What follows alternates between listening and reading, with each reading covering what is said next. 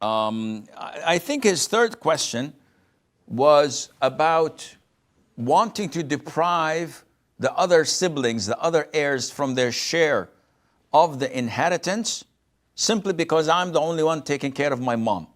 So if my father dies, my mom gets 1/8, I get a share with my siblings, but my siblings are all overseas and they never care about my mom, they never take care of her, they never give her a dime. So I would like to deprive them from their share so that I would utilize it to spend on my mom, get her a house, and provide for her, as this is a necessity. Is this permissible? Totally prohibited. And the money is totally haram, and you are responsible on the day of judgment to pay them back from your own good deeds. And if you don't have any good deeds, you will take from their own sins, and it will be thrown on you, and you will be thrown in hell. Their obligation, if they do not fulfill it, does not justify that we prevent them from getting their rights.